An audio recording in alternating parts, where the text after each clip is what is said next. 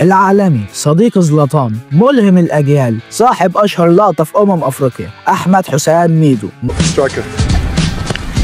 مساء الخير. الفيديو ده مش قصدي اقلل من حد، لكن احنا بنحكي حاجات حصلت فعلا على ارض الواقع، فشيك وقهوتك واشرب ميه عشان صحتك وتعال عشان نبدا. ميدو بدايته كانت عالميه بالمعنى الحرفي، بدا في الزمالك سنه 99 وهو عنده 16 سنه، ما لعبش كتير لكن موهبته لفتت انتباه فرق اوروبا، وراح لنادي جينك في بلجيكا. بعد 3 مواسم راح لاياكس اللي يعتبر اكبر نادي في هولندا، وكانت ابرز محطه في حياه ميدو كلها. في اول موسم ميدو بيتالق وبيجيب 12 جول وبيكسب الدوري والكاس والسوبر، كان عامل دويتو فشيخ هو وزلاتان. لكن من تاني موسم ميدو جاله جنون العظمه، وده بسبب نفخ الصحفيين سواء في مصر او في هولندا او حتى اساطير الفرق اللي كان. وده مش جنون العظمه اللي بيجيلك 2 الفجر، لا، يعني مثلا بقى بيضرب اي حد بيحاول يلمسه، لدرجه انه اتطرد في الماتش قبل كده، ومدرب الفريق ساعتها رونالد كومان اللي درب برشلونه بعدين ومنتخب هولندا قال ان ميدو لعيب مش بيفكر غير في نفسه بس، وقعدوا يتخانقوا مع بعض مين بقى اللي استغل الفرصه دي وتالق. زلاتان. وفي ماتش ضد بي اس في اندهوفن كومان نزل ميدو اخر نص ساعه، ميدو حرفيا قعد يلعب كانه في كارير مود، مش بيباصي لحد خصوصا زلاتان. فبعد الماتش زلاتان كان بيعاتب ميدو، راح ميدو متعصب عليه ولقه بالمقص. والله زي ما بقولك كده لقه بالمقص، لكن الحمد لله زلاتان ما حصلوش حاجه يعني. لكن تخيل كده مين اللي طلع دافع عن ميدو قدام الجمهور؟ زلاتان نفسه. قلبك ابيض يا ابراهيم والله العظيم. لكن الموسم اللي بعده ما استحملوش ميدو وودوه سيلتا فيجو اعاره. ميدو جاب 4 اجوال في 8 ماتشات. تاني موسم مارسيليا تشتري احمد حسام ميدو ب 12 مليون يورو عشان يبقى اغلى لعيب مصري في التاريخ ساعتها، ويروح ويكون مارسيليا كان لسه متعاقد مع مهاجم كده جايبينه من فريق ضعيف اسمه دروجبا. لكن تخيل ان ميدو كان عنده 20 سنه كان اساسي على دروجبا اللي اكبر منه ب5 سنين. وفي الموسم ده في دوري الابطال ميدو جاب جول وعمل اسيست ضد جيل ريال مدريد الذهبي الجلاكتوس. سنه 2004 جت افريقيا وميدو سافر تونس، لكن مصر قدمت زنا كروي حرفيا وخرجت من المجموعات، فميدو غاب 4 ماتشات بس. لكن دروجبا في ال4 ماتشات دول عشان المنتخب الكوتيفوار ما استدعوش يجيب 5 تجوال، وميدو بقى المهاجم الثاني. وبعد ماتش رين اللي كسبت مارسيليا 4-3 فاللعيبه وهم في الطياره ميدو كان قاعد يشقط المضيفات، فدروجبا حس بالزعل فاتخانق مع ميدو، قال له انت انسان ما عندكش اي احساس بالمسؤوليه. فراح ميدو راح قايل له يا راجل ما يبقاش قلبك زي وشك بعد طموحك لما تاخد تاني. فاتخانقوا مع بعض والطياره هبطت هبوط اضطراري بسبب الخناق، وميدو بيستبعد وقعد يقول لهم انتوا فريق من اوله لاخره، انا اللي شايلكم، انا اكبر منكم كلكم. وبعد الموسم ده وكيل اعمال ميدو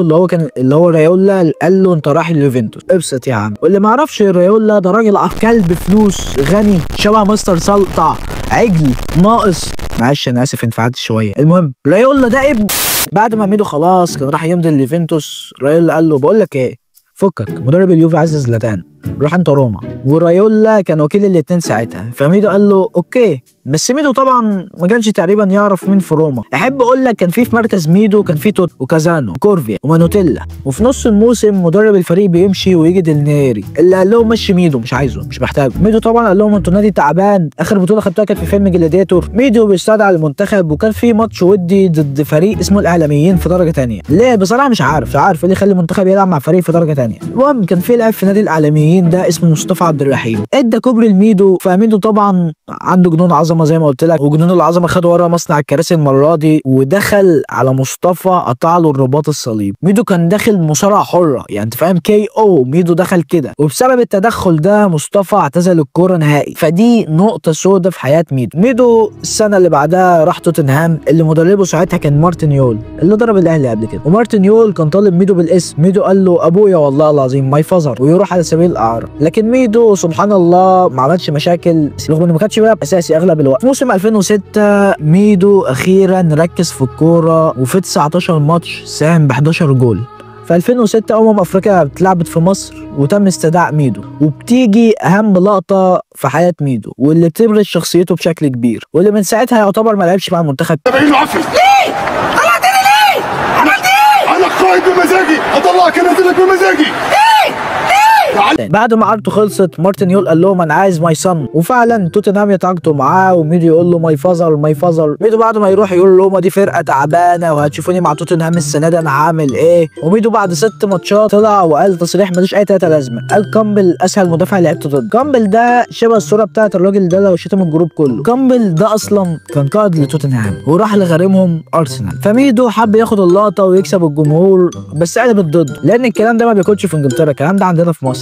فمارتن يول استبعده، وده كمان بسبب ان قبل كده بعد ماتش مارتن يول ادى اللعيبه راحه سلبيه. ميدو رجع تاني يوم بكرش حرفيا. مارتن يول قال له انت اكلت كام وجبه؟ ميدو قال له 6. مارتن يول بص له كده وقال له اعمل دايت. وبعد نهايه الموسم ميدو بيقول انا غلطان اني رجعت توتنهام، يا ريتني رجعت على سيلتا او رحت السيتي، اي فريق سماوي خلاص فاهم. تاني موسم بيروح ميدلسبرا اللي كان مدربه ساوثجيت اللي بيمرن انجلترا، وميدو يجيب جونين في اول ماتشين لكنه بيتصاب كتير ويرجع على ماتش ارسنال يفشخ كليتشي ويتطرد. انت ما اتحرمتش ليه يا ميدو؟ يعني انت لسه عامل الكلام ده من مش من بعيد. في يناير ساوثجيت ما استحملوش هو ده ويجن مع عمرو زكي، وكالعاده يجيب جول في الاول لكنه برضه ما بيبطلش مشاكل، وساب الفريق كله وراح يتخانق مع عمرو زكي عشان لما استدعوا المنتخب حسن شحاته لعب عمرو زكي وما لعبش ميدو. وبعد سلسله من الفشل حاجه كده زي مسلسلات مصطفى شعبان، ميدو يرجع مصر وعلى الزمالك، وحسن شحاته برضه ما استدعوه وياخد مكانه جد، وميدو كالعاده يصيح ويرجع تاني على اوروبا ويروح وست هام وياخد 1000 يورو في الاسبوع، الحد الادنى للمرتبات للاعب محترف، لكنه فشل ذريع محدش كان عايز يشتريه. لكن مدرب اياكس ساعتها كان مارتن يول، فميدو راح له قال له بابا ماي فازر، وفعلا اياكس تشتريه. وفي الاول ميدو يعمل اداء حلو، اياكس اقال مارتن يول وجاب فرانك ديبور اللي كان عايز ميدو يغور، وفعلا ميدو بيرجع الزمالك وبيعتزل وبعدين يحلل ويقول لك انا وصديقي زلطان، وبعدها ضرب الاسماعيلي وعمل كام ماتش حلو وضرب الزمالك واتغلب فاقالوه، ضرب وادي دجله وسعد مرموش، ودي حاجه تحتسب له. كان يطلع يقول ان الحكام بتساعد الزمالك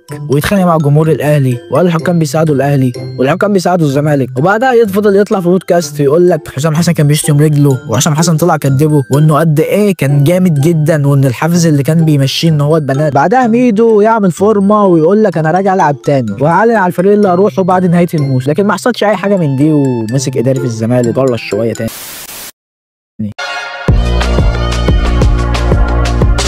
طبعا احنا هزرنا كتير وكل حاجه يعني، بس انا عايزك في كام نقطه كده نشوف فعلا هل ميدو جنون العظمه اللي عنده ده جنون عظمه فعلا ولا خوف. نيجي من بدايه ان ميدو كان اول شخص في مصر يحصل معاه الحوار ده ان هو يحترف بره وان الناس كتير تتكلم عليه واساطير النادي والعالم وانه قد ايه موهبه جامده، خصوصا انه بدأ في سنه صغير جدا. ولكن طبعا هو وانت شاب عادي انت بيكون ليه يعني بننجذب للبنات، بنجرب حاجات كده مش لطيفه، مش كلنا طبعا بس لكن في الاغلب بيكون منجذب للحاجات دي. فتخيل بقى انت تعتبر ابرز واحد يعني، فانت البنات اصلا هم اللي بيجوا لك مش انت اللي بتروح لهم. طيب ده مش مبرر برضه، لكن نتكلم في حاجه تانية ان ميدو برضه خايف على مكانه لان هو محترف من هو صغير وعايش لوحده، فهو حاسس انه لوحده وكل مضطهده. فعشان كده ساعه حوار زلاتان اللي هو انت مش منطق خالص ان انت تلق عليه مقص السبب زي ده، لكن بسبب ان هو كان خايف، هو كان لوحده، هو ما لقاش حد يقول له لا ركز، ما لقاش حد يساعده، ما كانش فيه المنتاليتي زي ما صلاح بيقول، وهي مهمه فعلا ودي حاجه تحسب لصلاح انه اتكلم في حاجه زي كده.